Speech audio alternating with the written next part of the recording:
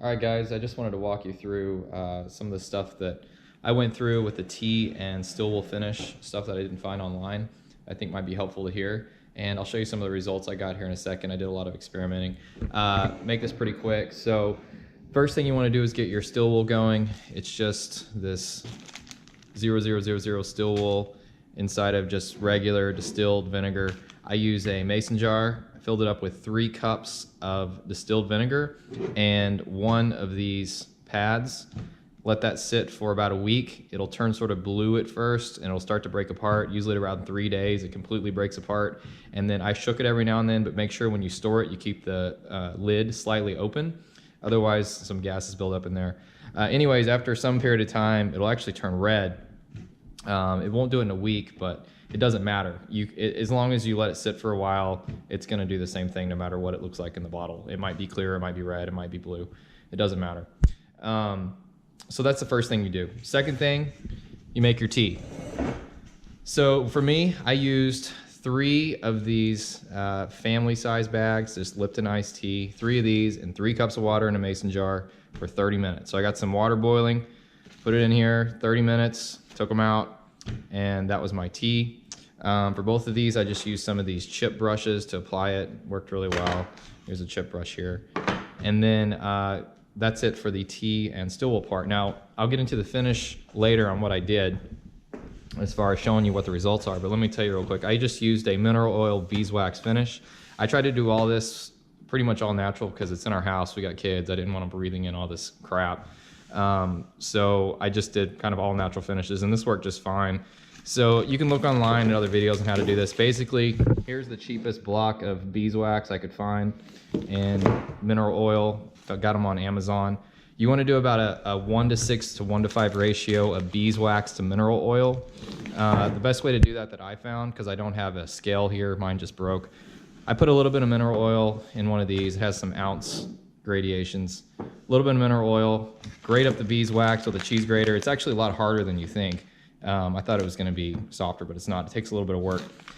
Put that in here until you know the ounces of the mineral oil raise up by however much beeswax you want in, and then fill up with the rest of the mineral oil that you want. So just kind of do the calculation beforehand before you start, or you can just weigh it out. It's just a weight ratio of 1:5 or 1:6 with beeswax to mineral oil. You put that in a mason jar. You put the mason jar in some water, which is in a pot, and you throw it on the burner at low heat, and the water will slowly heat up around the mason jar, and you stir it as you go along. That'll melt the beeswax. As soon as the beeswax is melted, you want to get it off the heat because this beeswax is pretty sensitive to heat. I don't really know what happens when it gets too hot, but everyone says you're supposed to get it off as soon as you can, so that's what I did. Anyway, so you get this beeswax. This is what it looks like when it cools off. And I just you could just use a towel or something like that to apply it when you're done.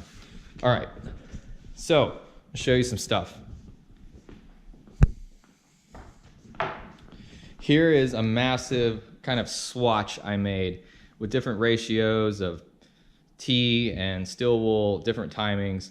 Down here, that's just a test spot at the very, very end. But this whole area, every single little grid is a different ratio of tea and still wool, and basically I'm not going to go into every single little spot, but this is just in general what I found that nobody really told me about. So first of all, the type of wood really matters, and you have to test out on your wood exactly what it's going to look like. There's no other way around it.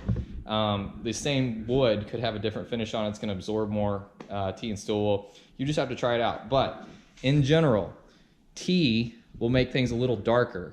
Still wool will make things a little redder, right? It makes sense. So over here, there's more still wool, so it's more on the red side of things. It's the rust, right? I mean, it makes sense. Here's some spots where tea splashed on this, and you can see they're almost black. And here's some areas where there was a lot more tea. The lighting's not good in here. I tried some weathering and things like this on this board, but it just, I don't know, didn't work out too well. But anyways, it was just the basic trend of what it was. So for me, I figured out the best thing that I could possibly do, at least to work in my house, was a layer of tea. So you just, get that little chip brush, put your tea on, let it dry overnight, a layer of tea on your wood, And of course, you know, you prep your wood however you want. You can sand it, or if you don't want to sand it, it's going to hold a little bit more stain. So you put your layer of tea on. Next day you put a layer of the vinegar still wool on, and you want to make sure you use a different brush. If you pre-mix tea and still wool, they will instantly turn gray, like very gray. And I'll show you a picture of that in a second. But if you do them on separately with different brushes, they'll slowly turn gray, and I think it looks a little bit more natural. And then after that, you can determine what you want. So if you want a bit more red, you add another layer of still wool. If you want a bit more darker and black, you add another layer of tea. So we ended up doing tea, still wool tea for our beam on our ceiling, and we got a pretty dark result that I like.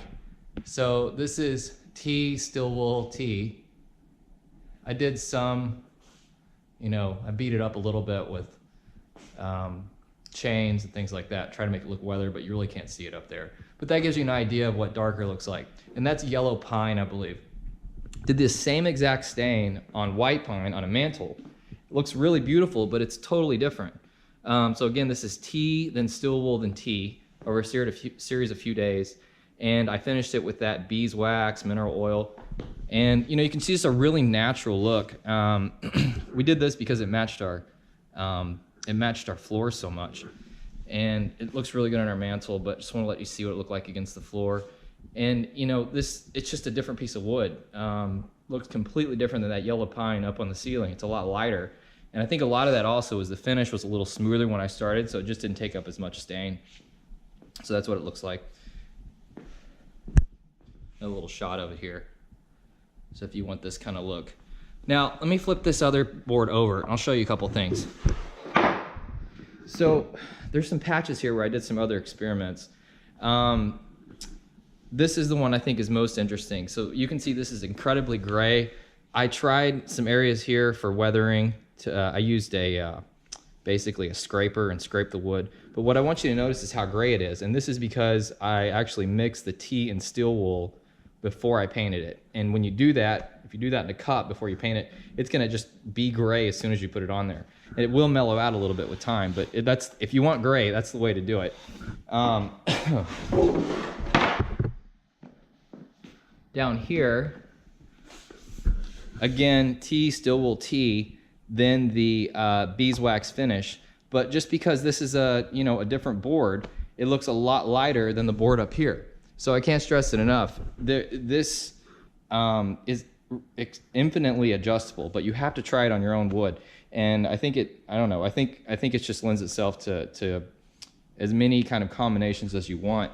I actually got a egg crate, and I put different combinations of tea and still wool in each one of the little egg crate valleys. It was like a plastic egg crate, and painted each one of these individual things to figure out what worked for me.